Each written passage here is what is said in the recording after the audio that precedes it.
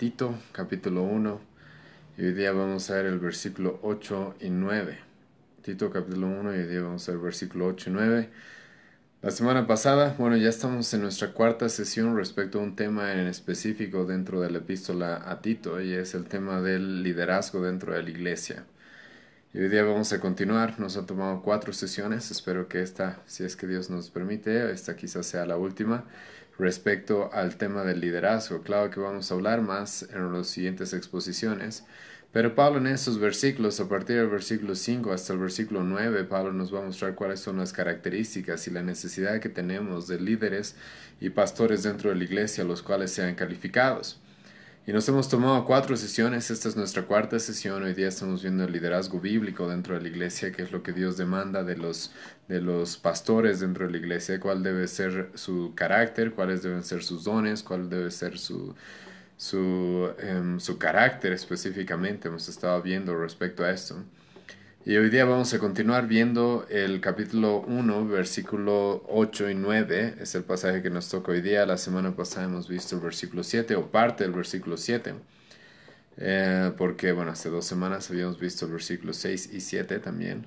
Una parte del versículo 7. Y hoy día vamos a toparnos con el versículo 8 y versículo 9 de este primer capítulo de la epístola a Tito.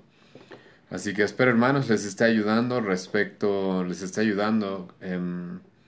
en lo que respecta, hermanos, el reconocer quiénes son verdaderamente pastores, el reconocer quiénes realmente han sido llamados por Dios para cumplir este ministerio, esta responsabilidad tan grande que Dios le ha dado a algunos, que es dirigir a su iglesia. No cualquier hombre, como hemos estado mencionando una y otra vez en estas transmisiones, no cualquier hombre, no cualquier persona que abra una iglesia o se pare en el púlpito debe ser reconocida como pastor. Para nada. No cualquier hombre que haga eso debe ser reconocido como alguien que está capacitado para liderar la iglesia. Es más, uno de los grandes problemas que tenemos el día de hoy y probablemente la raíz de todos los conflictos y dificultades que hay en la iglesia es de que no hay verdaderos pastores dirigiendo las iglesias. ¿Por qué digo esto? Esto es algo que hemos visto en el versículo 5, por ejemplo. Pablo dice de que la iglesia de Creta tenía cosas deficientes. Tenía cosas las cuales no estaban marchando de la manera correcta. Y lo interesante es de que lo primero que Pablo va a lidiar es con el tema del liderazgo dentro de la iglesia. O sea, Pablo ve una iglesia deficiente, una iglesia con conflicto, una iglesia con dificultades. Y el primer problema con el que Pablo va a lidiar es con el liderazgo. Y por lo que les acabo de decir, hermanos, si las iglesias en nuestra época realmente están viviendo de una manera desastrosa, no se predica lo que se debe predicar, no se practica lo que se debe practicar, están llenas de personas las cuales dicen que son cristianos cuando no lo son. En la misma iglesia se puede encontrar, en la iglesia en general estoy hablando, muchas veces se puede encontrar la misma cantidad de inmoralidad, la misma cantidad de pecado que en el mundo, a tal punto de que la iglesia parece ya no tener ninguna diferencia con el mundo. Y al ver todo este desastre y al ver cuán mal anda la iglesia en general, uno de los problemas, hermanos, y el problema principal quizás es de que no hay verdaderos pastores. No hay verdaderos pastores dirigiendo las iglesias. Hay asalariados, que Jesucristo habló de ellos en Juan capítulo 10. Hay falsos maestros dirigiendo iglesias. Y también hay hombres, los cuales voy a intentar ser un poco delicado respecto a esto. Hay hombres los cuales quizás no tienen una mala intención, ¿no? Al ver que no hay pastores, al ver que no hay nadie, a veces ellos por una buena intención abren una iglesia o dirigen una iglesia y tal vez no tienen una mala intención, tal vez no son lobos, pero al no estar calificados eso no va a traer buenos resultados, eso no va a traer buenos frutos. Un buen árbol es el que da buenos frutos, un mal árbol no va a dar buenos frutos. Y lamentablemente en nuestra época, hermanos, este tema de los requisitos para los ancianos o para los obispos es algo completamente subestimado, despreciado y olvidado e ignorado incluso en algunos lugares. Las personas simplemente están acostumbradas a llamar pastores a cualquier persona que hable bien, que enseñe algo, que se pare en el púlpito, que tenga una buena labia oratoria, o que sea amigable, o que la gente, que tenga muchos amigos y que mucha gente lo quiera dentro de la comunidad, y simplemente así ya piensan que son pastores. Pero ese no es el parámetro bíblico que Dios nos ha dado. Ese no es el parámetro de Dios para aquellos que van a dirigir la iglesia. Y estamos viendo, hermanos, por eso nos hemos tomado con calma el ver este pasaje y vamos a continuar viendo los requisitos para el liderazgo dentro de la iglesia.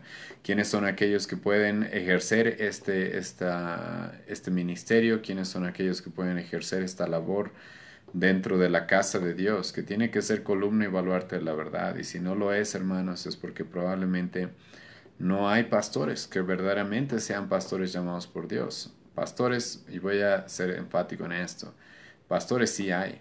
Hay muchísimos hombres en nuestra época que se llaman pastores. Pero pastores los cuales hayan sido probados, examinados y que cumplan los requisitos bíblicos, yo les puedo asegurar de que no. Hay muy pocos, los cuales verdaderamente han sido examinados, probados y cumplen los requisitos bíblicos para ser pastores. Ahora hay algo que quiero volver a recalcar, hermanos, mientras se van conectando algunos hermanos más. Y es de que el pastorado, si bien tiene estos requisitos que deben cumplir todos aquellos que quieran ser pastores, esto no significa de que ellos específicamente tienen que, no, todos dentro de la iglesia están llamados a una vida santa. Todos dentro de la iglesia están llamados a ser cristianos maduros, a dirigir bien sus hogares. Todos están llamados en sus casas a no ser soberbios, iracundos, no dados al vino, no ser pendencieros. Todos estamos llamados como cristianos a hacer esto. Entonces esto es muy importante reconocer y una y otra vez, pero creo que es importante, hermanos, que ustedes lo tengan claro. Los requisitos que se le dan a los pastores no se les llama una vida perfecta, nadie es perfecto, pero sí se les llama tener una vida ejemplar y madura, madura en la fe. ¿Por qué? Porque lo que se quiere es de que todos los miembros dentro de la iglesia tengan una vida madura, sean maduros, maduren en la doctrina, maduren en la práctica cristiana. Y es obvio, hermanos, de que si el líder no tiene una vida madura, qué se puede exigir a los miembros? En el ejemplo que el Nuevo Testamento normalmente nos da. Si el pastor no sabe por qué camino ir, entonces ¿por qué camino van a ir las ovejas? Si el pastor está perdido, entonces ¿cómo van a estar las ovejas? Por ende, es obvio que también van a estar perdidas. Es por eso, hermanos, de que en realidad todos estos requisitos, todo lo que estamos viendo respecto al carácter que tiene que tener un pastor, esto es algo, hermano, que se demanda a toda la iglesia, a toda la iglesia. Incluso esto de que el pastor pueda enseñar, esto es algo que igual se le va a demandar a todo cristiano. Todo cristiano está llamado a enseñar, todo cristiano está llamado a reproducir la sana doctrina, a enseñarla de manera correcta. Todo cristiano está llamado a hacer esto. Pero ¿cómo van a lograr hacer eso si aquellos que los dirigen no pueden hacerlo? Entonces, esto es algo que quiero recalcar y que quiero que quede claro, hermanos. A los pastores se les exige que tengan una vida madura, que demuestren ser cristianos maduros. ¿Por qué? Porque lo que se quiere es de que la comunidad cumpla en realidad estos requisitos. Lo que se quiere es de que toda la iglesia viva de esta manera. Incluso ustedes, hermanos, como cristianos, como miembros de iglesias, ustedes tienen el llamado en Hebreos capítulo 13 de ustedes ver pastores los cuales puedan copiar su vida, puedan imitar la forma en la que ellos actúan. Eso es lo que dice el autor de Hebreos, que ustedes deberían examinar la vida de los pastores y verificar cuál es el fruto de su conducta para ustedes también, hermanos, seguir ese mismo camino. Entonces, esto es algo que hay que recalcar una y otra vez, porque no es de que los pastores siempre están llamados a estar como en un cubo de cristal o en una cúspide de cristianismo al cual nadie más que los pastores puede llegar. No, la idea es de que todos lleguemos a la madurez, todos lleguemos a ser como Cristo, todos estemos creciendo en santidad. Los pastores obviamente tienen que estar un paso más adelante si es que van a guiar a las ovejas, pero la idea es de que todos los miembros de la iglesia apunten a lo mismo y puedan ser maduros en la fe y puedan mostrar estas mismas características en su persona, ¿sí? En su carácter, en su vida, en la familia, en su vida habitual. Entonces, eso es algo que quería recalcar, hermanos, antes de comenzar. Y bueno, como ya veo de que normalmente están, ya la mayoría, los que normalmente están conectados están, vamos a hacer una oración, hermanos, y les voy a rogar que hablan sus Biblias en Tito capítulo 1, y hoy día vamos a ver el versículo 8 y 9. Tito capítulo 1, versículo 8 y 9, ¿sí? Pero antes de comenzar vamos a orar. Te agradecemos, Dios, esta noche, un miércoles más que nos das de poder exponer tu palabra y de poder aprender más de ti, Señor. Te rogamos de que tú puedas usar la exposición de tu escritura, Dios, como tu misma palabra lo dice, de que la exposición de tu palabra alumbra nuestros ojos. Te ruego de que nos ayudes a alumbrar, Señor, tú nos ayudes, Señor, tú nos alumbres los ojos a través de la exposición de tu palabra. Tú puedas abrir nuestra mente y nuestro corazón a la verdad, como siempre te pedimos, Señor. Y que puedas traer, Señor, sanidad a tu iglesia en esta ciudad. Te pedimos, Dios, te rogamos que traigas sanidad a tu iglesia en esta ciudad, en el sentido de que tú sabes, Dios, de que hay muchos hombres ocupando un cargo que no les ha sido encomendado. Hay muchos hombres ocupando el pastorado de manera ilícita. Hay muchos hombres que han usurpado esta labor, Señor, sin cumplir los requisitos que tu palabra requiere para aquellos hombres. Y te ruego, Dios, de que tú puedas convencernos acerca de la necesidad que tenemos de cumplir estos requisitos, todos aquellos que nos llamamos pastores, y la necesidad que tienen los miembros de reconocer de que sus pastores cumplen estos requisitos, Dios mío. Te ruego, Dios, tú nos ayudes a discernir entre lo correcto y lo incorrecto, entre lo falso, Señor, y lo verdadero. Te pido misericordia en este tiempo, en esta exposición. Ayúdanos, Señor, en el nombre de Jesús. Amén. Entonces voy a leer, hermanos, Tito 1, versículo... voy a leer del 7 al 9. Sí, ya hemos expuesto el versículo 7 las semanas pasadas, pero hoy día voy a leer desde el versículo 7 para tener un poco del contexto. Tito 1, versículos 7 al 9 dice esto: porque es necesario que el comprensible como administrador de Dios, no soberbio, no iracundo, no dado al vino, no pendenciero, no codicioso de ganancias deshonestas, sino hospedador, amante de lo bueno, sobrio, justo, santo, dueño de sí mismo, retenedor de la palabra, fiel, tal como ha sido enseñada, para que también pueda exhortar con sana enseñanza y convencer a los que contradicen. Ya hemos visto, hermanos, desde el versículo 5, 6, 7, ya hemos visto estos versículos y nos hemos tomado 3 sesiones para poder verificar y ir con calma y profundizar en la medida que se me ha dado la oportunidad de hacerlo y se me ha dado la capacidad de hacerlo, poder profundizar en los requisitos que tienen los pastores. Como ya he mencionado al principio, hermanos, veo una iglesia deficiente, la cual es la iglesia de Creta, y no solamente era una iglesia, sino eran varias iglesias. Creta era conocida por algunos hombres como la isla de las 100 ciudades, así que tenía varias ciudades, probablemente tenía muchas iglesias en esa isla, había muchas iglesias en esa isla.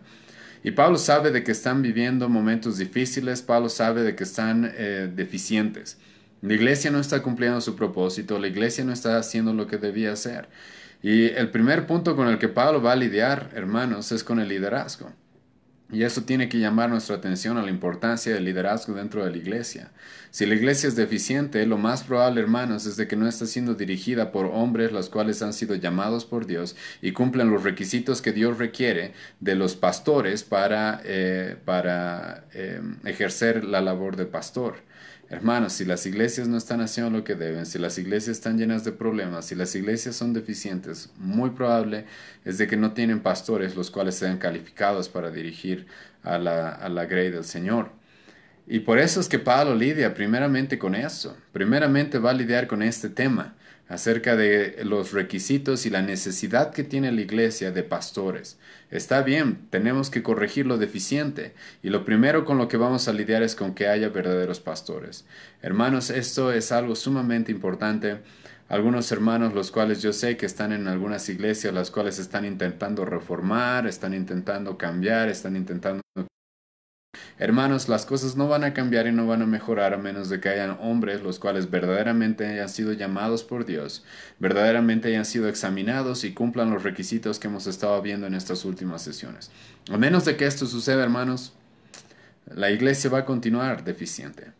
¿Cómo es posible de que las ovejas vayan a estar bien si resulta que el pastor anda completamente mal? ¿Cómo puede ser de que las ovejas anden por el camino correcto si el pastor mismo no conoce el camino correcto? Si el pastor está perdido, ¿qué podríamos esperar de las ovejas que también estén perdidas, hermanos? Y hay muchas iglesias y muchas personas, muchos hermanos, los cuales no se dan cuenta de esto hasta que son confrontados con este tema y con lo que Pablo nos dice en este pasaje. Pasaje el cual es muy ignorado en muchas iglesias, en muchas denominaciones. Los pastores no son llamados y no son ordenados a este ministerio siguiendo los requisitos y los parámetros que nos da el Nuevo Testamento. sino según gustos de la denominación, sino según fama, éxito en algunas cosas, según lo que algunas iglesias llaman éxito, según la oratoria y un montón de cosas, hermanos. Y es lamentable de que este tipo de pasajes es uno de los pasajes más ignorados quizás, y en algunas iglesias jamás se ha predicado este tipo de pasajes para que los miembros sepan cuáles son los requisitos que deben cumplir los pastores antes de cumplir el ministerio, antes de ser llamados pastores. Pero Pablo va a ser enfático en esto. Incluso Pablo va a decirnos en el versículo 7 de que es necesario. La palabra necesario es la palabra dei, que significa, hermanos, de que es una obligación. No es una opción, no es opcional, no es si queremos o no queremos, sino es una obligación. Si tú no cumples estos requisitos y te llamas pastor, estás ilícitamente en esa labor. Si tú no cumples estos requisitos, si no has sido probado por la iglesia y por otros ancianos y no te han dado fe de que cumples estos requisitos, estás de manera ilícita en el ministerio. Eso es algo claro en este pasaje. Por eso Pablo dice que es necesario, es necesario. Si los pastores dentro de tu iglesia no han sido probados y no se demuestra que cumplen estos requisitos, están de manera ilícita en ese ministerio. No importa que se llamen pastores, hermano, no importa cuántas iglesias se hayan fundado, no importa cuán grande sea su congregación. Recordemos, hermanos, de que los falsos maestros también tienen grandes congregaciones. Y lamentablemente muchas personas creen de que sinónimo de que alguien es pastor es de que haya grandes multitudes siguiéndolos. No siempre, hermanos, no sé si recuerdan, pero Jesucristo dijo en el Sermón del Monte de que ancho es el camino por el que muchos van. El hecho de que haya multitudes, hermanos, no significa específicamente que un hombre haya sido llamado verdaderamente al ministerio. No significa de que un hombre haya sido verdaderamente llamado al ministerio. Su carácter y los dones que Dios requiere para el pastorado son lo que van a demostrar de que ese hombre realmente ha sido llamado al ministerio. Y hemos estado viendo esto en las últimas semanas, en el versículo 5 al 7, y hoy día nos toca el versículo 8 al 9, donde hoy día vamos a toparnos con lo que el pastor debe hacer. Hemos estado viendo en el versículo 7 la semana pasada qué es lo que el pastor no debe ser. No debe ser o no debe hacer. Pablo nos ha dicho de que no debe ser soberbio, no debe ser iracundo, no debe ser dado al vino, no debe ser pendenciero, codicioso de ganancias deshonestas. Pablo ha lidiado en el versículo 7 con aquello que el pastor no debe ser. Y a partir del versículo 8 y 9, Pablo nos va a decir ahora qué es lo que el pastor sí debe ser y sí debe hacer.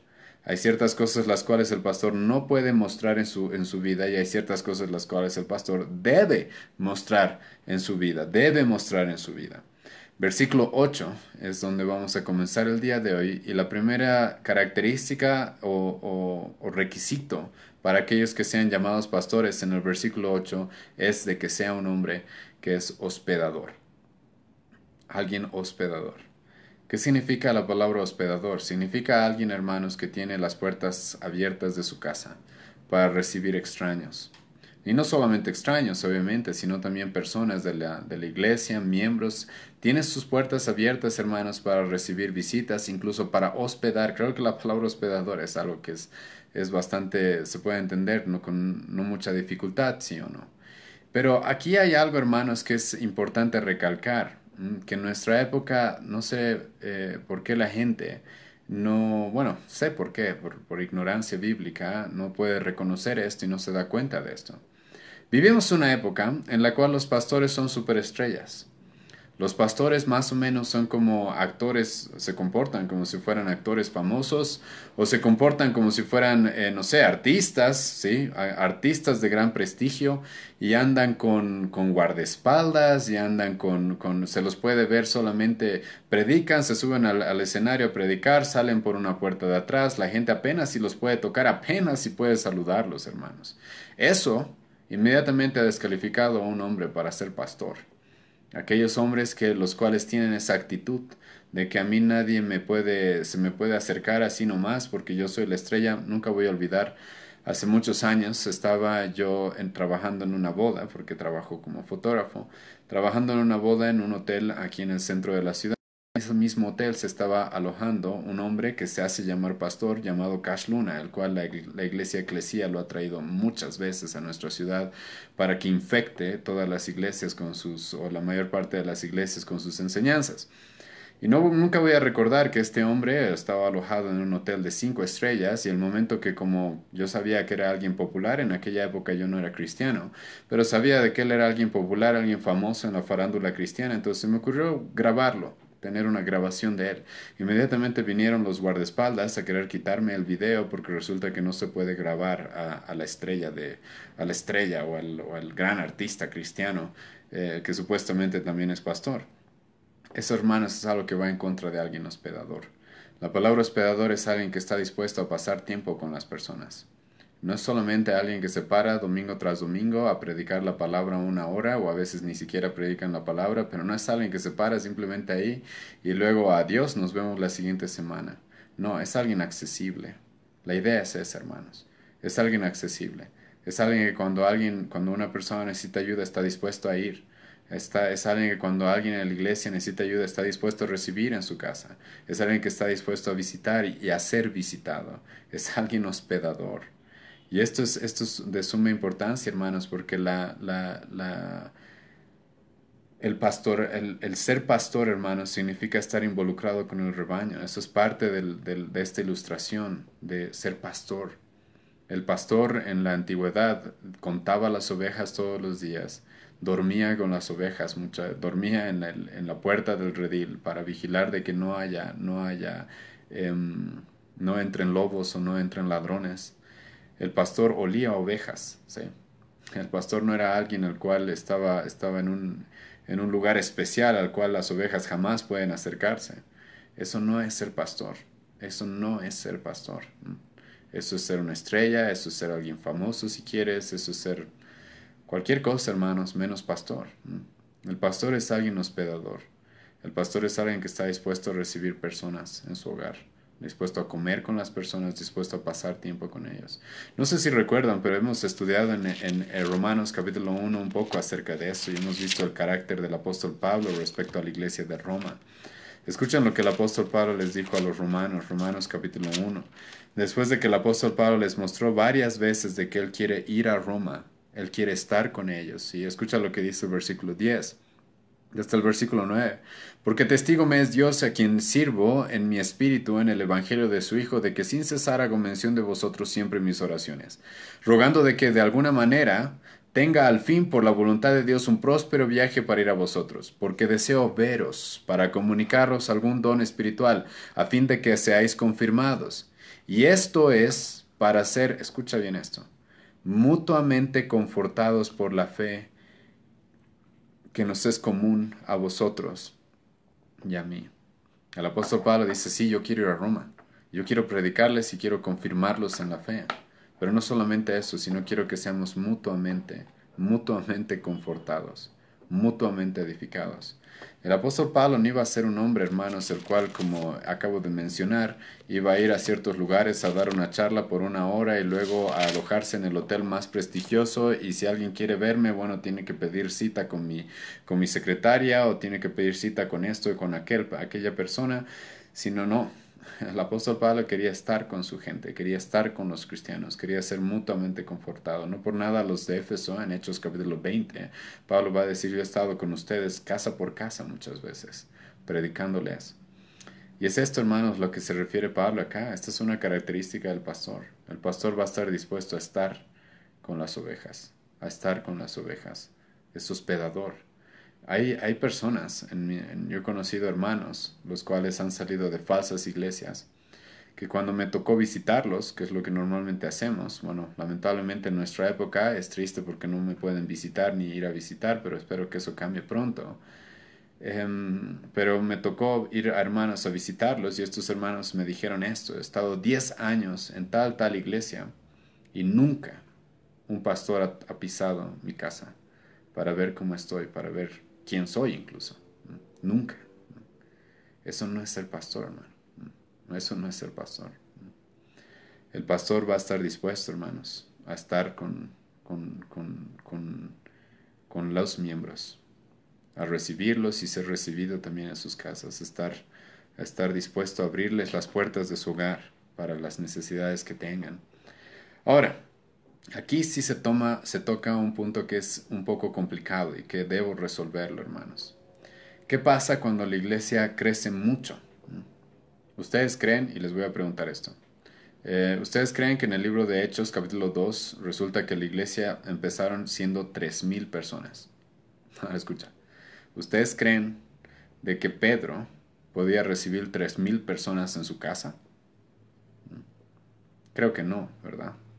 Y esto es algo que hay que resolver, porque cuando hablamos de hospedador hay que evitar también irnos a ciertos extremos. Hay un motivo, hermanos, por el cual nosotros creemos en la pluralidad de ancianos. Pluralidad de ancianos.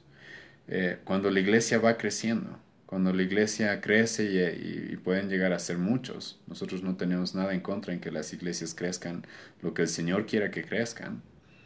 Em, por eso es que se necesita pluralidad de ancianos. Un pastor no va a poder, como acabo de mencionar el ejemplo de Pedro. ¿Ustedes creen que él iba a poder visitar a 3,000 personas él solo? No. No por nada el apóstol Pablo cuando fundaba iglesias, hermanos, lo primero que hacía era poner ancianos, era entrenar y ordenar nuevos ancianos. Porque esta es una labor en conjunto de varios pastores. Entonces, cuando nosotros vamos a tomar en cuenta esto de los pastores, puede ser de que en una iglesia muy, muy grande haya un pastor que no conozca a los miles, que a veces puede llegar a suceder. Pero sí se va a ver de que esos pastores están dispuestos a conocerlos. Están dispuestos y tienen sus puertas abiertas a aquellos que necesiten ayuda. Están dispuestos a dar consejería, están dispuestos a pasar tiempo con las personas. Y es de eso de lo que Pablo, es a eso a lo que Pablo se refiere en este capítulo 1, versículo 8 de Tito. Es hospedador. Esto es algo que el pastor debe ser. Después de hospedador, Pablo dice amante de lo bueno. ¿Qué significa esto, amante de lo bueno? Es alguien, hermanos, que tiene una pasión por lo bueno, por lo justo, por lo recto. Una vez más, Pablo está utilizando de alguna manera en este pasaje, y la traducción de Reina Valera nos ayuda, porque no son conceptos muy difíciles, ¿sí o no? No son conceptos muy complicados de entender. Alguien que ama lo bueno, ¿sí? Alguien que tiene esta pasión y este deseo de hacer el bien. Es lo contrario a lo que hemos visto en el versículo 7, no codicioso de ganancias deshonestas. Eso es más bien amar lo malo, amar el dinero, amar el conseguir ganancias deshonestas. Eso más bien es amar lo malo. No dado al vino, eso es amar lo malo. Alguien que ama la borrachera, alguien que ama el alcohol, alguien que ama los vicios. Eso es amar más bien algo malo. Soberbio, ¿se acuerdan lo que hemos visto la semana pasada? Pablo dijo, no puede ser soberbio. Eso es amar algo malo, eso es querer algo malo. Amar algo malo es soberbio, la palabra soberbio, como la hemos expuesto la semana pasada, es una palabra que significa alguien que lo único que le interesa es su propio bien. Eso es amar lo malo. Pero Pablo nos dice, después de mostrarnos lo que no debe hacer el pastor, nos dice, debe amar lo bueno.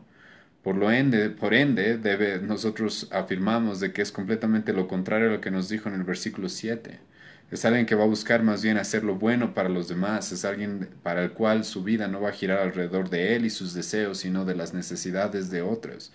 No va a ser alguien iracundo, no va a ser alguien que ame los vicios, sino más bien va a ser alguien que ame la virtud, que ame tener virtudes, que ame tener buenos hábitos. No va a ser alguien pendenciero, no va a ser alguien codicioso de ganancias deshonestas. No, sino va a ser alguien que ganar el trabajo, ganar el salario que sea justo. Es un amante de lo bueno, hermanos. Es alguien que no va a amar, como el apóstol Juan dice, 1 Juan 2, versículo 15, no va a amar las cosas de este mundo. No va a amar los deseos de los ojos, los deseos de la carne, la vanagloria de esta vida. Esas son cosas las cuales el pastor no va a amar. El pastor ama lo bueno. Y la palabra bueno, hermanos, está en el contexto de lo que Pablo nos va a decir más adelante acerca de lo justo y de lo santo. Va a amar lo justo y lo santo.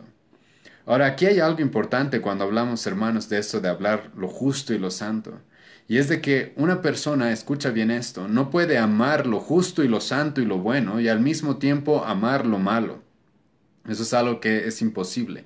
No se puede concebir esas dos cosas en una persona. ¿Y por qué les pongo esto sobre la mesa? ¿Por qué les digo esto de que el pastor que ama lo bueno, por ende, no va a amar lo malo? Es más, incluso lo que voy a decir, hermanos, es de que el pastor va a odiar lo malo. El pastor va a aborrecer lo malo.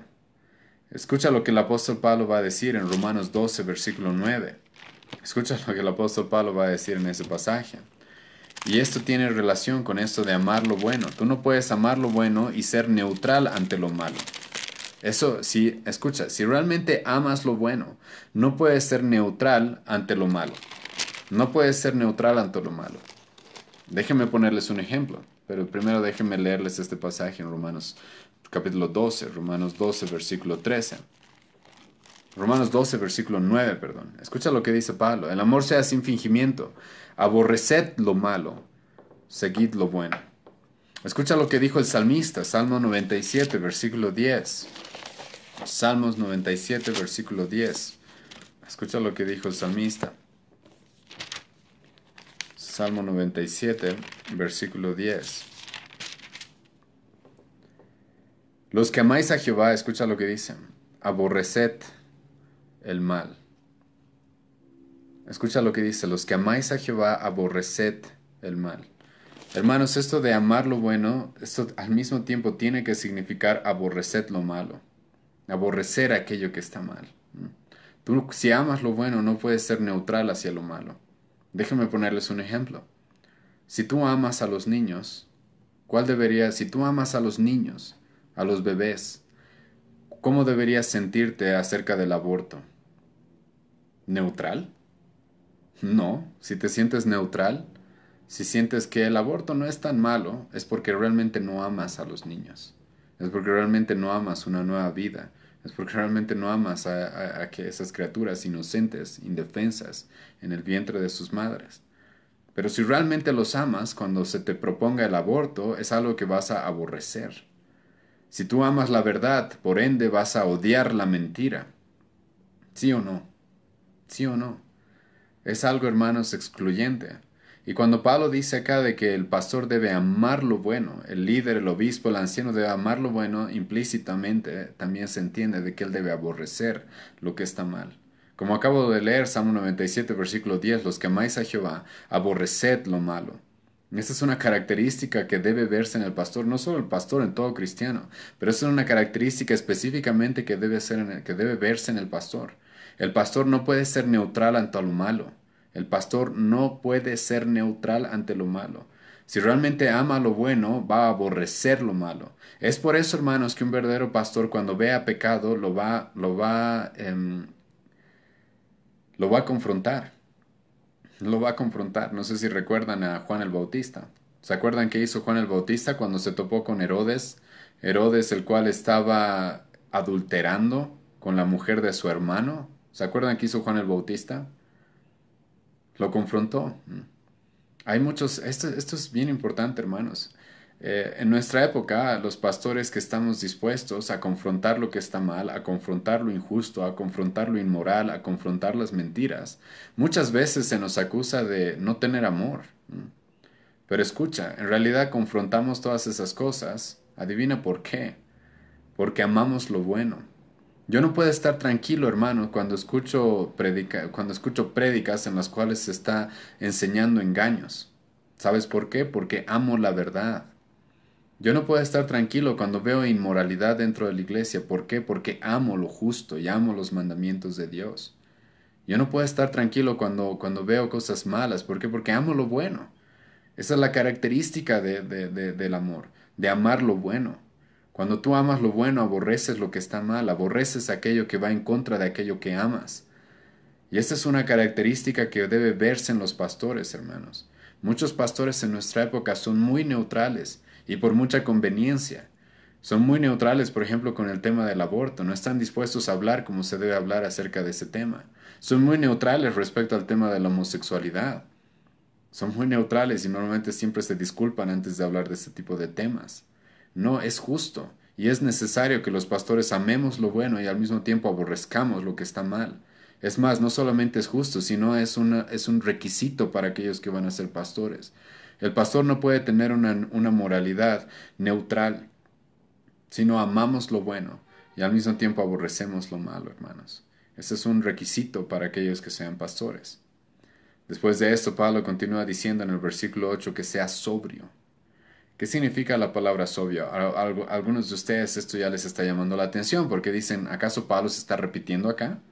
Porque Pablo ya ha mencionado en el versículo 7 de que no puede ser dado al vino. No puede ser dado al vino.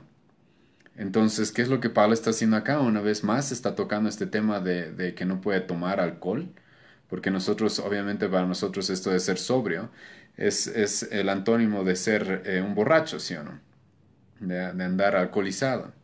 Pero ¿qué significa esto de sobrio? La palabra sobrio es una palabra interesante en los escritos del apóstol Pablo, porque en 1 Timoteo capítulo 3, si no me equivoco, el versículo 2, si no me equivoco es el versículo 2, Pablo va a utilizar la misma palabra en el griego que utiliza acá, solo que la Reina Valera por algún motivo la traduce en 1 Timoteo capítulo 3 como prudente. Y en realidad, hermanos, ese es el significado de esta palabra sobrio. Es alguien prudente, pero tiene aún más significados.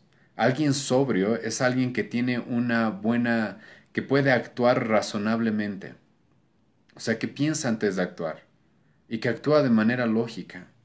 Eso, hermanos, es un requisito para los pastores. Es alguien prudente, sabe por qué hace sabe qué es lo que hace y por qué lo hace. No simplemente hace las cosas dejándose llevar sin pensar en aquello que está haciendo. Es un pastor el cual examina, es un pastor el cual medita, es un pastor el cual va a tomarse el tiempo para pensar y analizar la situación en la que están viviendo.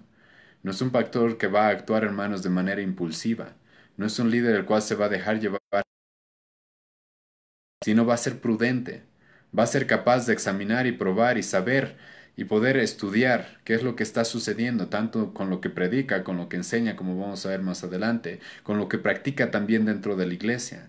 Es alguien prudente, hermanos. No es alguien que va a actuar a la ligera.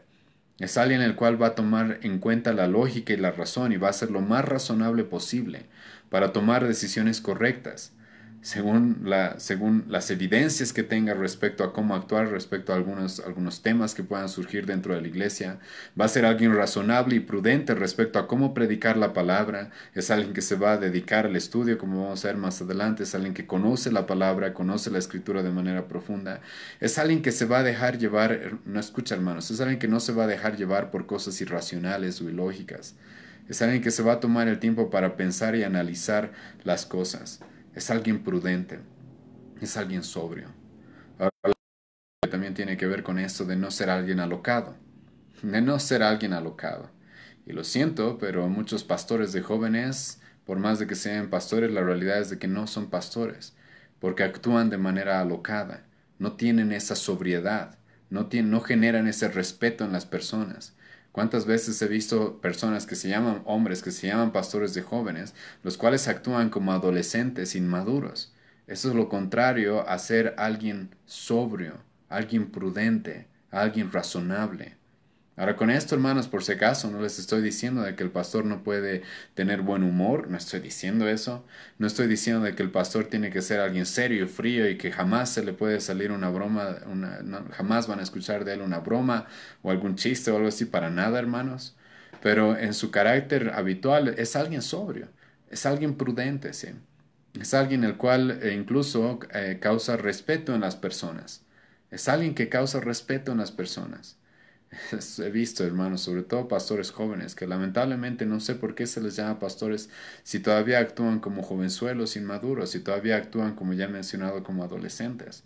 Eso es lo contrario a lo que Pablo dice acá. El pastor debe ser alguien sobrio, alguien prudente, alguien que sabe por qué hace y cómo lo hace, alguien que sabe qué hacer, cómo hacerlo y por qué lo hace de esa manera. Es alguien que se dedica a meditar, a analizar las cosas que hace. Pablo dice que tiene que ser justo. Ahora, esta palabra no es muy difícil de entender. La palabra justo significa alguien que está dispuesto a hacer las cosas de manera recta. Está dispuesto a hacer las cosas escucha bien esto, conforme a lo que Dios nos ha mandado. Este es un requisito para los pastores, lo siento. Un pastor o un hombre que está en una iglesia la cual hace cosas o practica cosas que no son conforme a lo que la palabra de Dios manda, es alguien que no es justo. El pastor es alguien que va a buscar hacer las cosas de manera justa, recta, conforme a los mandamientos que Dios nos ha dado. En otras palabras, es alguien, una vez más, que va a escudriñar la palabra, que va a escudriñar la escritura, que va a ver qué es lo que Dios me manda respecto al ministerio, qué es lo que Dios nos manda respecto a la iglesia. Es alguien que quiere hacer las cosas justas, lo justo. Ni inclinarse hacia la derecha, ni inclinarse hacia la izquierda respecto al camino que estamos yendo, sino solamente Dios nos ha dicho, lo que Dios nos ha mandado. Entonces estamos viendo, hermanos, es un hombre hospedador, es un hombre amante de lo bueno, es un hombre que es sobrio, es un hombre que es justo, es un hombre que es santo, ahora Pablo nos dice. Haios en el griego. ¿Qué significa esto de santo? Es un hombre, escucha, que es apartado para las cosas de Dios. Esta palabra santo, en la cultura judía y en el contexto del Nuevo Testamento y en el contexto del Antiguo Testamento, hacía referencia a esto. En el Antiguo Testamento, ustedes, no sé si todos tal vez tengan el conocimiento de esto, pero Dios mandó que se construya un tabernáculo, ¿sí? Y les animo a estudiar más acerca del tabernáculo. Mucha gente, ¿por qué digo que mucha gente no tiene el conocimiento completo de esto? Porque mucha gente se pasa este tipo de capítulos en Éxodo, desde el capítulo 24 en adelante, cuando se dan las especificaciones del tabernáculo, como si fuera algo que no es importante. Y es sumamente importante, hermanos, el tema del tabernáculo en el Antiguo Testamento. Algún día vamos a profundizar más respecto a esto.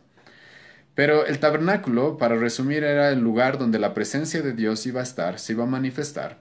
Era el lugar donde los judíos iban a presentar su adoración y sus sacrificios, ¿sí? Y en el tabernáculo, hermanos, habían ciertos utensilios, los cuales se le llamaban santos. Y no solamente utensilios, también habían personas, las cuales eran santas. ¿Y a qué se refería con esto de santo? Esto es importante definir porque la palabra santo no significa específicamente alguien completamente libre de pecado. Eso es imposible, hermanos. Si Pablo se estuviera refiriendo aquí cuando dice santo a alguien libre de pecado, entonces el mismo apóstol Pablo hubiera sido descalificado del ministerio. Porque adivina lo que Pablo dice en Romanos capítulo 7. El apóstol Pablo dice de que él no es santo, de que él peca, de que él se equivoca, él yerra. No hay hombre justo en este mundo, no hay hombre que no peque, dice Eclesiastés 7, versículo 20. Entonces no hay hombre que no peque. Entonces, ¿a qué se refiere con esto de santo? Como les hacía referencia en el Antiguo Testamento, en el tabernáculo, el lugar donde la presencia de Dios se manifestaba, el lugar donde a Dios se le servía y se le adoraba, Dios había definido algunos instrumentos o utensilios, los cuales se les llamaba santos, o se les llamaba santificados. La palabra santo, hermano, tiene esta connotación de ser especial, ser separados para un uso especial. Es a eso a lo que Pablo se está refiriendo en este pasaje. Y es algo que ya hemos visto también en 2 Timoteo capítulo 2, cuando Pablo le demanda a Timoteo de que si él quiere ser un hombre el cual cumpla su ministerio de manera cabal y eficiente, tiene que separarse de algunas cosas. Es necesario separarse de algunas cosas. Y hermanos, la idea es de que el pastor es un hombre el cual está consagrado para las cosas de Dios. Está consagrado para las cosas de Dios. Está consagrado para el servicio a Dios. Él se dedica a las cosas de Dios. Ahora, con esto voy a ser equilibrado. No estoy diciendo de que el pastor no puede trabajar, no puede tener un trabajo secular. Eso puede suceder. Pablo, por ejemplo, tejía carpas. Tejía carpas, ¿para qué? Para poder sostenerse cuando la iglesia no podía sostenerlo. Entonces, hermano, no estoy diciendo que el pastor, por si acaso, no pueda tener un trabajo secular si es necesario, no pueda tener un trabajo, ser bivocacional si es necesario cuando la iglesia no puede sostenerlo. No estoy diciendo eso. Pero a pesar de que tenga un trabajo secular, a pesar de que tenga un trabajo, sea bivocacional, tenga un trabajo extra parte de la iglesia, con el cual sostenga a su familia, no importa, eso no se va a significar de que ese pastor no sea un hombre el cual sea consagrado a las cosas del Señor. Incluso ese hombre, si tiene un trabajo extra, un trabajo secular, va a usar ese trabajo como un medio para poder dedicarse a las cosas del Señor, para poder dedicarse a la iglesia y a la obra que Dios le ha demandado. Entonces nunca va a poner otras cosas por encima de lo que Dios le ha mandado como siervo, como hombre dentro de la iglesia, como pastor dentro de la iglesia. Él va a saber de que es un hombre separado para una misión especial. Él va a saber que es un hombre separado para un servicio especial dentro de la congregación. Es a eso a lo que Pablo se refiere aquí como un santo, hermanos. Y va a haber, hermanos, y esto es importante porque es algo, hermanos, sagrado. Es algo sagrado. Y ya he mencionado esto varias veces en las semanas pasadas. ¿Ustedes creen que es algo que se puede tomar a la ligera, el hacernos cargo y dirigir y dirigir, cuidar, velar por la novia de Cristo? ¿Por la iglesia por la que Cristo dio su sangre? Creo que es algo bastante, bastante sagrado, ¿sí o no? Y eso es algo que debe rodear y debe ser una característica del ministerio del pastor. Ve su ministerio y ve su labor como algo sagrado, y es un hombre el cual es santo. Ha sido separado para una función especial. No va a andar perdiendo el tiempo con cosas que no son sagradas, que no son consagradas al servicio del Señor. Hace poco tiempo he estado, es más, la semana pasada vi esto. Vi un hombre que se llama pastor y tiene un canal en YouTube, o como ahora todos tienen, ¿verdad? Canales de Facebook, de YouTube y de este tipo de redes sociales. Y este pastor, ¿qué estaba haciendo? Estaba promoviendo hacer batallas de rap. Hermano, eso no es ser alguien santo, consagrado para las cosas del Señor. ¿Tú crees que el Señor te ha llamado para perder el tiempo haciendo ese tipo de cosas? No, el Señor nos ha llamado con una misión especial, con un servicio especial. Hemos sido apartados de muchas cosas para poder dedicarnos a un servicio especial. Y es eso lo que el pastor se requiere de él, que sea un hombre separado, un hombre apartado para un servicio especial, para el servicio a Dios y ser administrador, como hemos visto en el versículo 7, administrador de la iglesia, administrador de la casa de Dios. Hemos sido separados, hermanos, para esto. Ese es un requisito para el pastor, es un hombre santo, es un hombre apartado y consagrado a las cosas del Señor. Hemos visto, hermanos, hasta ahora 5 cosas. Una más nos queda en el versículo 8. Dueño de sí mismo. Y esto sinceramente creo que no tiene necesidad de mucha exposición, porque creo que es bastante fácil de entender. ¿Qué significa dueño de sí mismo? Es alguien el cual tiene dominio propio. Pablo le dijo eso a Timoteo. Hemos recibido el Espíritu, Pablo le dijo a Timoteo en 2 Timoteo capítulo 1, el Espíritu el cual nos da dominio propio. El dominio propio es un fruto del Espíritu Santo, igual que todas las demás cosas en este pasaje. Pero el dominio propio significa alguien que está dispuesto a controlarse, ¿sí? Puede controlar su cuerpo. No es alguien, escucha, no es alguien controlado por su cuerpo. Hay gente que vive controlada por su cuerpo, por sus deseos, por sus deseos, por sus pasiones, y hay gente que vive de esa manera. Por ejemplo, hay personas las cuales no pueden controlar a qué hora se despiertan en la mañana. Hay personas las cuales no pueden controlar cuándo tienen que trabajar, no son disciplinados en lo que hacen. Hay personas las cuales no, simplemente se dejan llevar por lo que quieren ahora, por lo que desean ahora. Entonces son personas las cuales normalmente les escuchas decir esto, es que no tengo ganas, es que no tengo ganas de hacer esto o aquello. Entonces cuando me dé ganas voy a hacer esto o aquello. Y obviamente los latinoamericanos tenemos en cierta manera muchas veces esa característica. En otros países, en otras regiones como América del Norte y en Europa no existe eso de si tienes ganas o no tienes ganas. En Latinoamérica muchas veces pasa eso. La gente trabaja o no trabaja, hace o no hace las cosas según su estado de ánimo. Bueno, la idea es de que el pastor no va a ser así. El pastor es dueño de sí mismo. El pastor va a dominar su cuerpo no lo va a dominar a él. El pastor va a dominar sus deseos no lo van a dominar a él. Un ejemplo bastante gráfico de esto es lo que Pablo nos dejó en 9, versículo 27. Primera Corintios capítulo 9, versículo 27. Escucha lo que el apóstol Pablo dijo en este pasaje. Desde el versículo 26, déjenme leerles. Primera Corintios 9, versículo 26 y 27. Así que yo de esta manera corro, no como a la aventura. De esta manera peleo, no como quien golpea el aire, sino que golpeo mi cuerpo y lo pongo en servidumbre, no sea que habiendo sido heraldo para otros, yo mismo venga a ser eliminado. El apóstol Pablo escucha lo que dice, yo pongo en servidumbre este cuerpo. Yo no hago lo que este cuerpo desea. Yo controlo los deseos de este cuerpo. Yo no me dejo llevar por mis deseos, yo no me dejo llevar por lo que este cuerpo quiera o no quiera, sino por lo que debo hacer. Eso significa dominio propio, hermanos. Y es bastante gráfico el apóstol Pablo acá. Ahora, no creemos, por si acaso, de que el apóstol Pablo acá nos esté mandando a flagelarnos y a verdaderamente golpearnos, pero es alguien que no va a ser dominado, hermanos, por su cuerpo, no va a ser dominado por los deseos carnales que tenga. No va a ser dominado incluso por deseos incluso lícitos que alguien pueda tener. Por ejemplo, es lícito querer descansar, ¿sí o no? Sí, pero el descanso muchas veces se puede volver en vagancia. El descanso muchas veces se puede volver en negligencia de las responsabilidades que tenemos. Es a eso a lo que nos referimos. Está bien, hermanos, sabemos de que no está mal tener tiempos de entretenimiento, ¿sí o no? Pero hay personas las cuales no pueden no pueden vivir sin entretenimiento. Entonces son dominadas, por ejemplo, por los videojuegos en nuestra época, por las películas, por el fútbol en la televisión y muchas cosas como esas.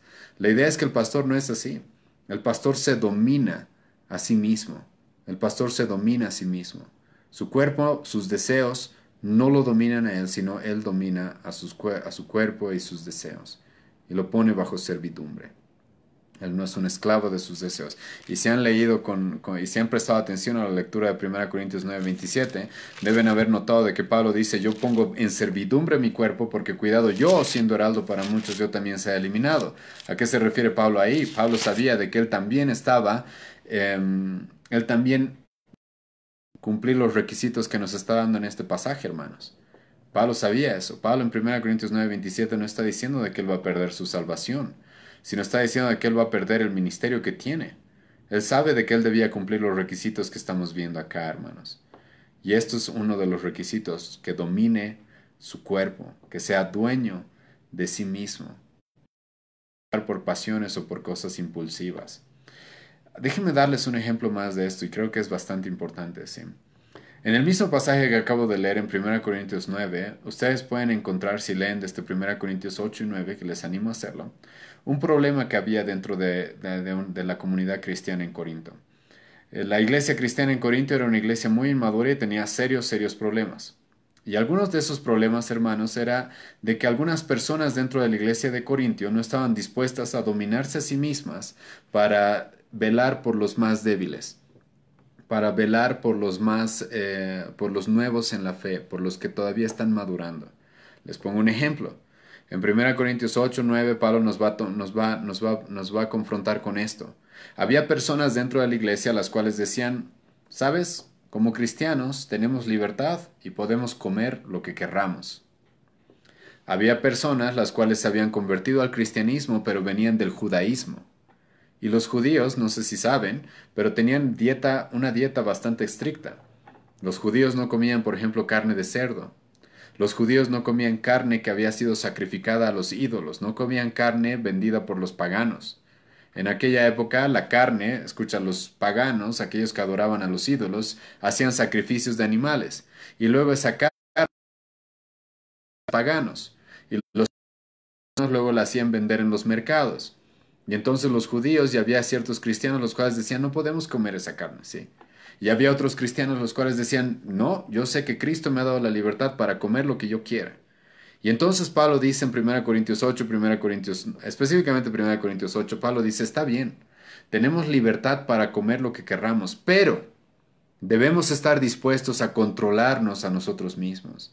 Entonces, si yo sé de que por comer algo mi hermano en Cristo va a ser ofendido, si yo sé que por comer algo mi hermano en Cristo va a tener algún problema conmigo, vamos a perder comunión, entonces no voy a hacerlo. Estoy dispuesto a someterme para el bienestar, estoy dispuesto a someter los deseos de mi cuerpo por el bienestar de otro. Eso, hermanos, es dominio propio. Puedo dominarme a mí mismo. No estoy ligado y sometido a los deseos de esta carne, incluso, como ya he mencionado, a los deseos lícitos. Está bien, a mí me gustaría quizás comer mucho tipo, yo sé que tengo el derecho es lícito y legal es completamente legal comer cierto tipo de comida, pero hay otras personas, quizás dentro de la iglesia, las cuales no han llegado a entender estas cosas. Y por lo que yo hago, entonces se van a ofender o van a pecar incluso. Entonces Pablo dice, yo no lo voy a hacer. Estoy dispuesto a negarme a mí mismo lo que sea necesario para no ofender a nadie. Y puedo hacerlo, ¿por qué? Porque me domino a mí mismo. No me dejo llevar por este tipo de deseos. Y entonces Pablo, hermanos, nos muestra, nos dice que es una, como ya he mencionado, en 1 Corintios 8 esto es algo que Pablo demanda de toda la iglesia. Todos los cristianos deben tener dominio propio. Así que hay un requisito para los pastores. Un requisito que se debe cumplir en cada pastor. Ahora, no somos perfectos, como dije, pero esta es la manera habitual en la que el pastor debe vivir. Ahora, en el versículo 9, hermanos, de nuestro pasaje, vamos a tener un cambio no de tema, porque seguimos en este tema de los requisitos para ser pastores. Pero Pablo ha estado lidiando, escucha bien esto, en estos primeros versículos acerca del carácter del pastor, del carácter del pastor. Ahora en el versículo 9, Pablo va a mencionarnos cuáles deben ser las capacidades o los dones del pastor. ¿Qué capacidad tiene que tener, qué talento, qué don tiene que tener el pastor? Hemos visto su carácter. Hemos visto en el versículo 6 su carácter dentro de la iglesia, perdón, dentro de la familia. Hemos visto qué clase de hombre tiene que ser con sus hijos, con su esposa. Luego hemos visto acerca de su carácter, acerca de las cosas que no debe hacer y las cosas que sí debe hacer, versículo 7 y versículo 8. Y ahora, hermanos, vamos a ver, con esto vamos a terminar el día de hoy, pero es una parte sumamente importante, así que les voy a rogar de que tengan paciencia, sé que hoy día vamos a extendernos un poco más de lo que normalmente estamos acostumbrados, pero es una parte sumamente importante. Y vamos a ver en el versículo 9, hermanos, cuáles son los talentos o el don que tiene que tener el pastor. Si ustedes leen el paralelo a este pasaje que está en 1 Timoteo capítulo 3, va a notar de que Pablo va a mencionar el carácter del pastor.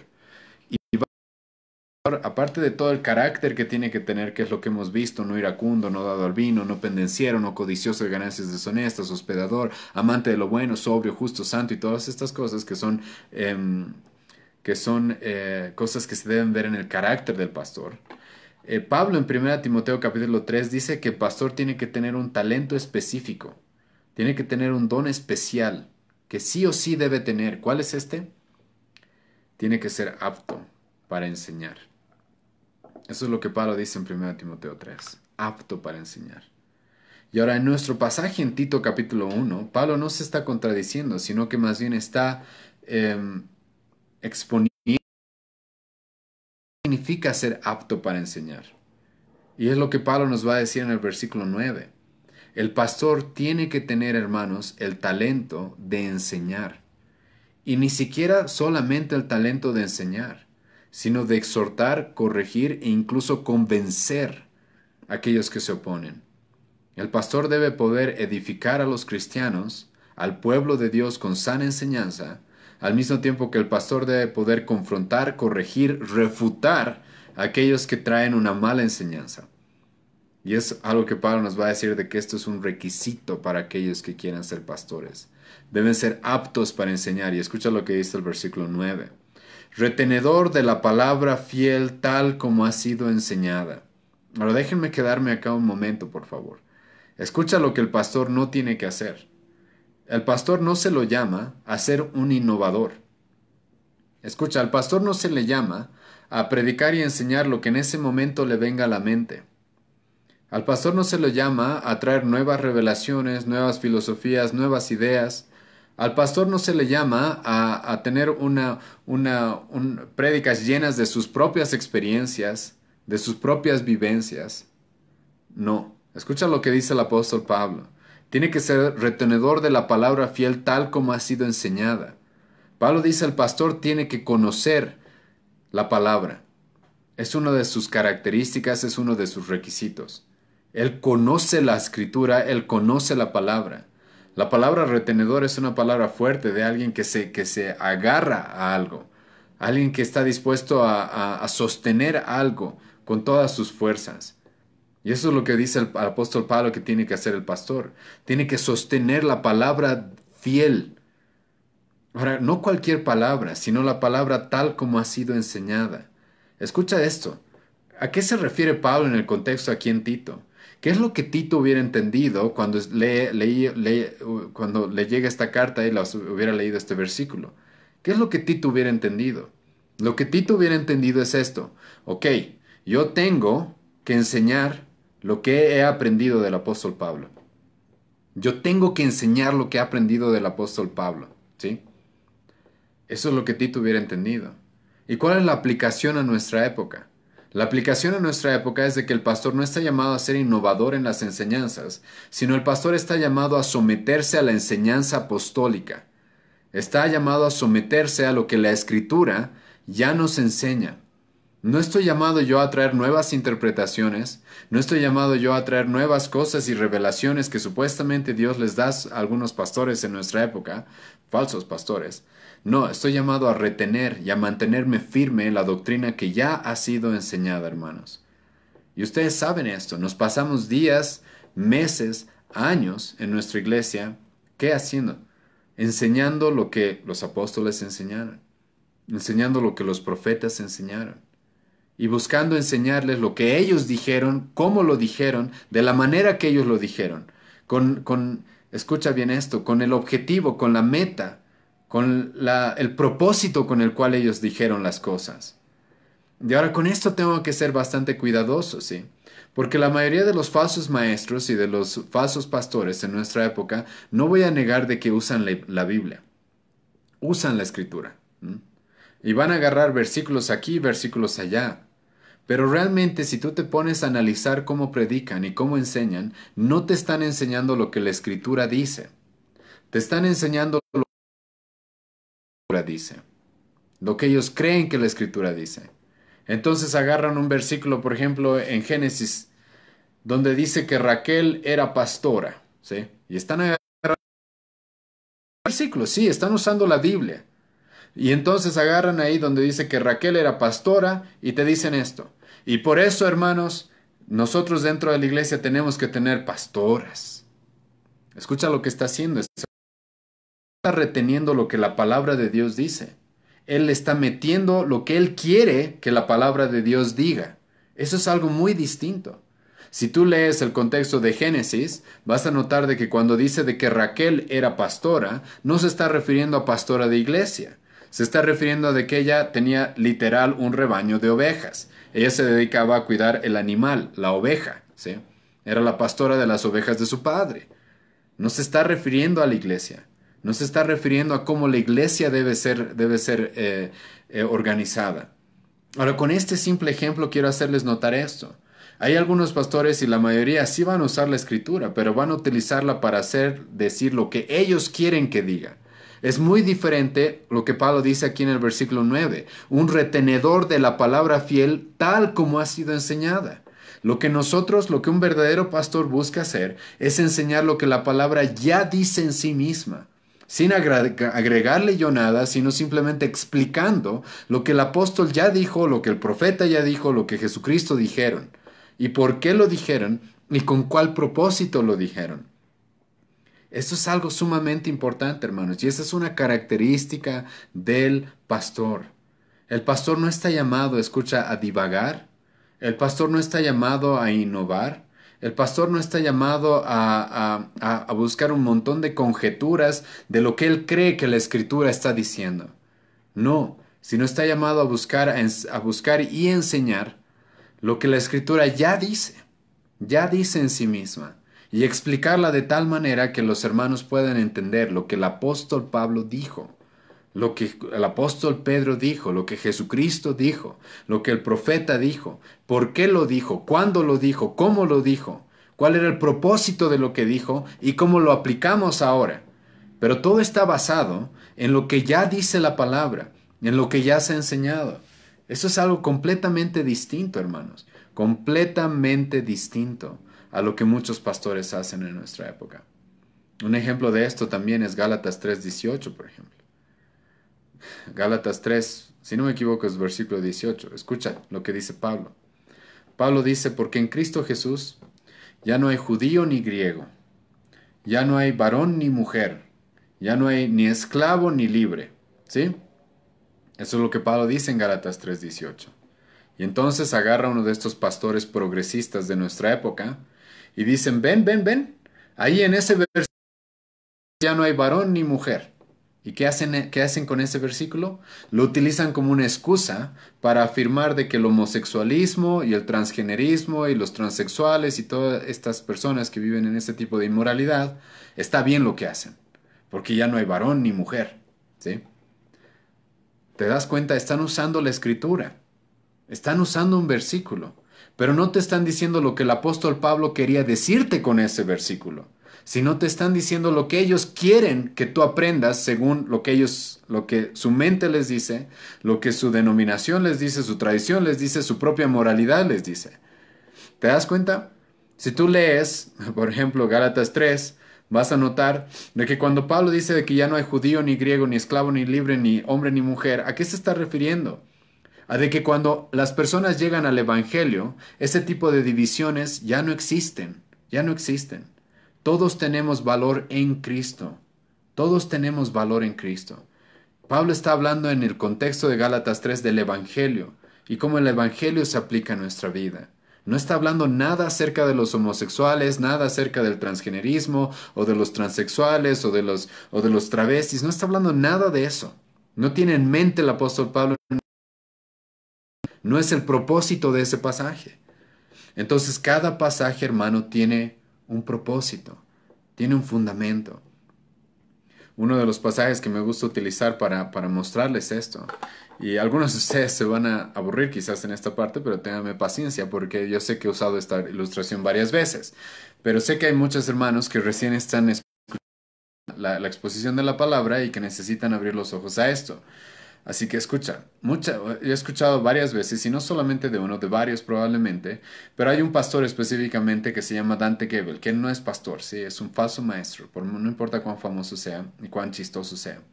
Es alguien que no cumple estos requisitos claramente, sí, la mayoría de estos requisitos. Pero bueno, este hombre tiene una prédica, la cual se llama algo así como que quitando la piedra de tu vida, sí, quitando la piedra de tu vida. Y voy a utilizarlo como un ejemplo de alguien, exactamente dice acá que un pastor no puede hacer. Un pastor tiene que ser retenedor de la palabra, fiel tal como ha sido enseñada. Entonces este pastorcillo, Dante Gebel, que se hace llamar pastor, agarra Juan capítulo 11. Juan capítulo 11, donde Lázaro, Jesucristo va y resucita a Lázaro. Y la mayoría de ustedes espero conozcan esta historia. Es una historia muy importante en el Nuevo Testamento. Jesucristo va y resucita a Lázaro. Después de 4 días que Lázaro estaba en la tumba, Jesucristo va y lo resucita. Pero antes de que Jesucristo resucite a Lázaro, Jesucristo le pide a sus discípulos o a la gente que estaba ahí reunida, les dicen, por favor, quiten la piedra de la tumba. Quiten la piedra de la tumba, ¿sí? Entonces este pastor, este tal Dante Gebel, agarra y hace esto. Dice, ¿qué nos está enseñando el Señor en ese pasaje? Nos está enseñando que tienes piedras en tu vida. Hay algunas piedras en tu vida las cuales tienes que quitar. Y una vez que las quites, el Señor va a obrar poderosamente en ti, como lo hizo con Lázaro. Pero antes de hacer el milagro, primero había que quitar esa piedra. Entonces, ¿cuál es la piedra de tu vida, hermano? ¿Sí? Es absurdo, completamente absurdo. Si tú estudias Juan capítulo 11, vas a notar de que Jesucristo hace ese milagro con un objetivo. ¿Cuál es ese objetivo? De que la gente reconozca quién es Él, de que Él es Dios. Si tú lees todo el Evangelio de Juan, vas a notar de que de que el apóstol Juan mismo dice de que todos los milagros que nos relata en su Evangelio son con un objetivo. No que aprendas a sacar las piedras de tu caso, de tu vida, sino con cuál objetivo, dice el apóstol Juan, Juan capítulo 20, versículo 30 y 31. Dice, yo les he escrito estos milagros con este objetivo, de que ustedes reconozcan que Jesucristo es Dios. Y el milagro más sobresaliente en todo el Evangelio de Juan es la resurrección de Lázaro. ¿Y cuál era el objetivo de ese pasaje? Que tú y yo podamos entender de que aquel en el que creemos es Dios, hermano. Mostrarles estas dos, quiero darles un ejemplo. de un hombre que dice que predica la palabra, pero que no retiene la enseñanza correcta de la palabra, sino que él le mete. Él lo que hace en teología se le llama eisegesis. Él le agrega al texto. No, ese pasaje no está escrito ahí para que tú aprendas a quitar la roca de tu vida. No, está escrito para que tú entiendas quién es Él y de que Él realmente es Dios. No era solamente un hombre, no era solamente un maestro, un profeta, un carpintero. Ahora con esto quiero hacerles notar que lo que Pablo nos está mandando acá es de que el pastor tiene que ser retenedor de la palabra fiel tal como ha sido enseñada. El pastor no está llamado aquí a enseñar lo que él quiera respecto a la palabra, sino está llamado a conocer la escritura, a conocer la doctrina y enseñarla tal como ha sido ya enseñada, con el propósito que tiene. Eso es lo que nos dedicamos a hacer los pastores que realmente hemos sido llamados por Dios, a estudiar la escritura. ¿Para qué? Para que luego yo te pueda explicar a ti lo que la escritura dice en sí misma. Como ahora estoy haciendo, te estoy explicando qué significa que el apóstol Pablo dice retenedor de la palabra fiel tal como ha sido enseñada. Entonces lo que queremos es de que tú aprendas lo que ya ha sido enseñado. No mis conjeturas, no lo que yo divago, no lo que yo creo, no lo que a mí me parece, no, sino lo que la escritura ya dice por sí misma. Y por ende, hermano, una de las características del pastor es de que es alguien que conoce la escritura. Conoce la escritura. Ahora, puede haber diferentes grados de dones dentro de la iglesia. Puede haber pastores los cuales tengan un don hayan recibido más gracia de parte de Dios respecto a esto. Puede haber otros pastores los cuales no tanto quizás. Pero todos tienen que conocer bien la escritura. Todos tienen que conocer bien la palabra y la enseñanza correcta. Ese es un requisito. Ese es un requisito. Ahora, antes, escucha, este es un argumento fuerte que utilizo en contra de los Salcedo. ¿Sí? Hay gente que cuando yo hablo mal de los Salcedo, de estos estafadores de la iglesia, se levantan y dicen, no, él es pastor, él es pastor. ¿Tú me vas a decir que es pastor? Ha estado 20 años ese hombre enseñando falsas doctrinas todos los domingos en su iglesia. Ese hombre es es por el cual ha llegado falsos maestros en nuestro país como Dante Gebel, Cash Luna, Guillermo Maldonado y otros. ¿Y me van a decir de que el Toto Salcedo es un verdadero pastor? No, no cumple los requisitos, lo siento. Igual que muchos otros que no cumplen los requisitos. Y más aún con lo que voy a decir ahora. El pastor tiene que estar llamado a enseñar y escucha, incluso tiene que estar capacitado para poder refutar a los falsos maestros. Tú me vas a decir de que un hombre el cual ha traído a maestros es un verdadero pastor. No, lo siento, no es, no es, no es. Y lamentablemente, hermanos, yo sé que cuando llegamos a este punto, muchos pastores, muchos hombres que se llaman pastores en nuestra época, hermano, tienen que aceptar de que tal vez no han sido llamados al ministerio y están ocupando un rol que no les pertenece, un rol que Dios no les ha dado. Porque es lo que Pablo dice, que es un requisito para el pastor. Retenedor de la palabra fiel, tal como ha sido enseñada. Tal como ha sido enseñada. ¿Por qué? Porque uno de los trabajos más importantes que tiene el pastor, adivinen cuál es. Es predicar, hermano, es enseñar. Esa es nuestra labor más importante. Junto con dedicarnos a la oración, la enseñanza es la labor más importante del pastor. La enseñanza. Y les animo a tomar en cuenta esto, hermanos, y vamos a hablar de esto tal vez más adelante o en otras exposiciones. Pero la tarea más importante que tiene el pastor, aparte de orar por su congregación, es enseñar la palabra, a tiempo y fuera de tiempo. Segunda Timoteo capítulo 4. Predica la palabra a tiempo y fuera de tiempo, exhorta, redarguye, reprende. Con sana doctrina, Pablo le va a decir a Timoteo. Esa es nuestra responsabilidad. Una vez estuve en una iglesia en la cual el pastor, supuesto pastor, y algunos hermanos que están ahorita en la reunión saben de quién hablo, no enseñaba. No enseñaba. Un joven llegó a esa iglesia, no tenía ni 2 años de convertido, y ya enseñaba más que el supuesto pastor en ese lugar. Y se llamaba pastor. Y se llamaba pastor. No, no puedes, no es pastor. Puede ser diácono, puede ser hermano dentro de la iglesia, servir quizás, sí, con todo gusto. Pero no es pastor. Si no puede, escucha lo que Pablo dice, retenedor de la palabra fiel, tal como ha sido enseñada, para que también pueda exhortar con sana enseñanza. Este es un requisito que tiene que de Dios, tal como ha sido enseñada. Tiene que poder enseñar la palabra. Ahora aquí Pablo utiliza dos palabras, hermanos, exhortar y enseñar. Esas dos palabras son importantes. ¿Por qué son importantes? Porque tienen dos connotaciones que nos dan ciertas características de lo que el pastor debe hacer. El pastor, uno, escucha, tiene que enseñar, dice Pablo. Eso significa de que va a ser un hombre capacitado, escucha, para darte información. Y sana información, dice sana enseñanza. Para darte una exégesis, una interpretación correcta de la escritura. ¿Sí? Y profunda de la escritura. Es un hombre que está capacitado para explicarte, enseñarte lo que la escritura dice. Pero no solo eso. Y es aquí donde algunos hombres fallan y yerran. Porque Pablo no solo dice enseñar, sino también dice exhortar. La palabra exhortar, hermano, significa un hombre que no solamente te va a llenar de información la cabeza, como cualquier profesor de universidad podría hacerlo, sino es alguien que te va a llamar a la acción. Es alguien que va a llamarte a hacer algo con lo que has aprendido. Va a afectar tu voluntad. Los puritanos decían esto acerca de los pastores. Los puritanos decían, y esto es importante, ¿sí? Esto es muy importante.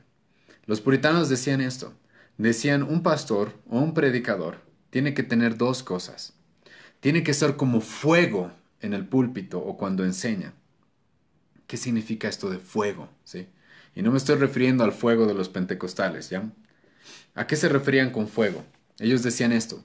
El fuego produce dos cosas. Uno, produce luz. ¿Sí o no? Para que las personas vean. Eso, hermanos, es la enseñanza. Es como que el pastor te ayuda, te ilumina el entendimiento. Ayuda obviamente, dependiendo del Espíritu Santo, para que tú entiendas más cosas. Eso es lo que hace el fuego, te ilumina. Pero el fuego no solo te ilumina, el fuego también te calienta. El fuego también te exige, el fuego también te calienta. Y a eso se referían con que el pastor va a ser como lo que he mencionado en mi exposición de 2 Timoteo 4. Cuando Pablo le dice a Timoteo, tú predica la palabra, y Pablo le está diciendo que él tiene que ser un proclamador de la palabra. Entonces el pastor no solo puede ser como un aburrido profesor de universidad a veces, no estoy diciendo que los profesores de universidad sean aburridos, por si hay algún profesor de universidad, estoy poniendo un ejemplo, ¿sí? Algunos de ustedes conocen esto. Conocen profesores los cuales no les gusta su materia y la dan de una manera súper aburrida y les vale, ¿sí? Solamente están dando información, información, información. Y todos se duermen en su clase y bueno, ni modo, ¿no? Es su culpa si se aplazan. No, Pablo dice, el pastor no puede ser así. El pastor tiene que dar información al mismo tiempo que ser alguien, tiene que ser alguien que proclame la palabra, que llame la atención de las personas, que llame la atención de las personas y busque que las personas reaccionen. Hay un libro que se llama Enseñando para cambiar vidas, de un hermano, un cristiano, que él dice esto: yo no entiendo cómo hay pastores los cuales predican la palabra de Dios, como si estuvieran vendiendo un plato de arroz frío. Así sin ninguna emoción, sin ninguna pasión, como si estuvieran dando información. Eso es algo que no. Eso es un requisito, eso es algo que le sucede a un hombre que no está llamado a ser pastor. El pastor está llamado a enseñar, como al mismo tiempo a exhortar. Es alguien que llama la atención de las personas. Es alguien, escucha lo que Pablo dice, para que también pueda exhortar con convencer a los que contradicen. Sí, eso es lo que buscamos hacer, convencerlos de que lo que predicamos es la verdad. Y convencerlos de que esto tiene que provocar una reacción en la iglesia, de que con la información y la verdad que han recibido no se puede quedar ahí quieta, hay algo que se debe hacer con esto. Y los pastores estamos llamados a convencer. Lamentablemente dentro de la iglesia reformada, que somos los que creemos en la soberanía de Dios, ¿verdad? Creemos mucho en la soberanía de Dios, la defendemos a muerte, de que Dios es soberano, sí o no. Lamentablemente, hermanos, muchos pastores, supuestamente pastores, han caído en este error. Como Dios es soberano, escucha, ellos predican y nadie se convierte. Y nadie llega a la iglesia. Y entonces ellos dicen, ay, la soberanía de Dios. Sí, hermano, puede ser la soberanía de Dios, no voy a negarlo. Pero también podría ser de que tú no estás cumpliendo la labor que Dios te ha dado. ¿Cuál es esa labor? Convencer a la gente. Sí, hermano, yo sé que Dios es el que convence, que Dios es el que abre el corazón de las personas. Perfecto. Pero adivina qué nos ha llamado Dios de qué manera Dios nos ha llamado a trabajar a los pastores. Para convencer a la gente. Escucha lo que va a decir en 2 Corintios 5. El apóstol Pablo va a decir acá. 2 Corintios, capítulo 5, versículo 11. Escucha. Conociendo pues el temor del Señor, persuadimos. La palabra persuadir ahí es una palabra que significa eso, convencer. Convencer. Voy a hacer todo lo posible por convencerlos. Escucha lo que Pablo dice. Conociendo pues el temor del Señor, persuadimos a los hombres, pero a Dios le es manifiesto lo que somos. Pablo dice, nosotros persuadimos a los hombres. Hermanos, si nosotros seguimos a Jesucristo, adivina qué es lo que dijo la gente acerca de Jesucristo cuando él predicaba. La gente dijo, no ha habido hombre como él. Nunca ha habido un hombre que predique como él predicaba. Y si yo estoy siguiendo los pasos de Cristo, lo que voy a esperar es de que nunca voy a ser como Cristo. Ningún pastor va a ser como Cristo. Pero creo que nuestra predicación debería llamar la atención como la de él, ¿o no? Un pastor que me agrada mucho, que se llama Alex Montoya, él dice esto. Los predicadores de la prosperidad y de las falsas enseñanzas, ¿sí? A veces tienen cosas que enseñarnos a nosotros, los que tenemos la sana doctrina. ¿Por qué? Porque ellos predican la falsedad, ¿sí? Y usan todos los medios que pueden para convencer a las personas de sus mentiras. Y lo triste, dice este pastor, es de que a veces nosotros, los que tenemos la verdad, la predicamos como ya he mencionado, como si estuviéramos leyendo el diccionario, del tema más aburrido. Esa no es la forma. Esa no es el- eso no es el don que tiene que tener el pastor. Eso, si el pastor, perdón, no tiene el don para poder convencer, exhortar, enseñar, no es pastor, lo siento, ¿no? Si eres simplemente un conferencista que da clases, perfecto, puede serlo. Da clases en un seminario, ¿sí? Da clases en una universidad. Pero si vas a ser pastor, tienes que tener estas dos cosas. Tienes que poder ser como fuego, el cual ilumina a las personas, les da el conocimiento correcto, pero las exhorta también, las llama la atención, les proclama, los convence. El heraldo en el Nuevo Testamento, ¿saben quién era? He mencionado esto en mi exposición de 2 Timoteo. El heraldo era al cual el rey le había dado un mensaje, y entonces el rey, este heraldo, iba a las plazas y a los lugares y llamaba la atención de las personas para que escuchen el mensaje del rey. Es eso lo que tenemos que hacer. Es esa la característica de aquellos que Dios ha llamado a ser pastores. No van a estar tranquilos si la gente no escucha. No van a estar tranquilos si la gente no entiende. Porque buscamos convencer a las personas. Y escucha, también buscamos refutar a aquellos que traen una falsa doctrina. Ese es un requisito para el pastor, hermanos. En una época en la cual a los pastores que refutamos las falsas doctrinas de manera pública y se nos dice que es no y aquello, hermano, es un requisito para nosotros. Es un requisito. Ahora no estoy diciendo, hermanos, por si acaso, que el pastor tiene que andar peleándose con todo el mundo. Pablo dice en 2 Timoteo capítulo 2 de que el hombre de Dios no debe ser contencioso. Pero hermano, cuando alguien se mete con la verdad, cuando alguien malinterpreta la escritura, escucha, el pastor va a ser el primero en levantarse a pelear. Lutero decía esto. Lutero decía esto en su época, probablemente hablando de Erasmo de Rotterdam, quién sabe. Pero Lutero decía esto. Lutero decía, hoy día, en mi época, dice, Muchos hombres enseñan, pero muy pocos quieren luchar. Muchos hombres enseñan y muy pocos quieren luchar. Sí, eso es lo que pasa. En nuestra época muy pocos hombres, muchos quieren enseñar, pero no quieren luchar.